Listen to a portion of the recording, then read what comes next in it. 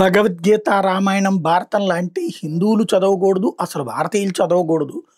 అదే ముస్లింలైతే మాత్రం వాళ్ళ ఖురాన్ చదువుకోవచ్చు. వాళ్ళ మతపరమైన బోధనలు నేర్చుకోవచ్చు విద్యా వ్యవస్థలోనే. క్రిస్టియన్స్ వాళ్ళ మత బోధన చేసుకోవచ్చు. వాళ్ళ మతాచారాల ప్రకారం విద్యా సంస్థలు నడుపుకోవచ్చు. ఇదొక విచిత్ర సెక్యులరిజం భారతదేశంలో. హిందువులు మెజారిటీ అయినటువంటి వాళ్ళు తమ బిడ్డలకి విద్యా సంస్థల ద్వారా నేర్పకూడదు, పాఠ్యాంశాల్లో నేర్పకూడదు. అదే అన్యమతస్థులకు సంబంధించినటువంటి విద్యా సంస్థల్లో వాళ్ళకి మాత్రం నేర్పచ్చు. ఇది ఒక విచిత్రమైనటువంటి జబ్బుతో ప్రారంభమైనటువంటిదే భారతదేశంలో సెక్యులరిజం అనేటటువంటి ఒక ముసుగు. ఇక్కడ ఇప్పుడు రూటు మారింది.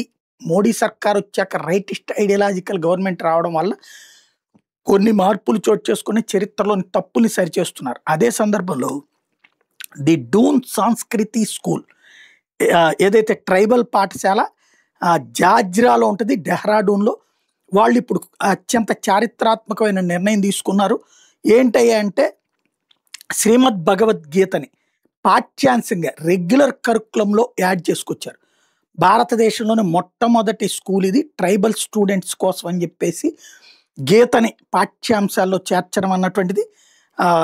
దీంట్లో హిందీ, మ్యాథ్స్ అండ్ ఇంగ్లీష్ ఆచార్య అంకిత్ ఆర్య ఎవరైతే పోండా గురుకుల్ ఈ జీటీఏ క్లాసులకు సంబంధించినటువంటి దాంట్లో కీలకమైన పాత్ర పోషిస్తున్నారు.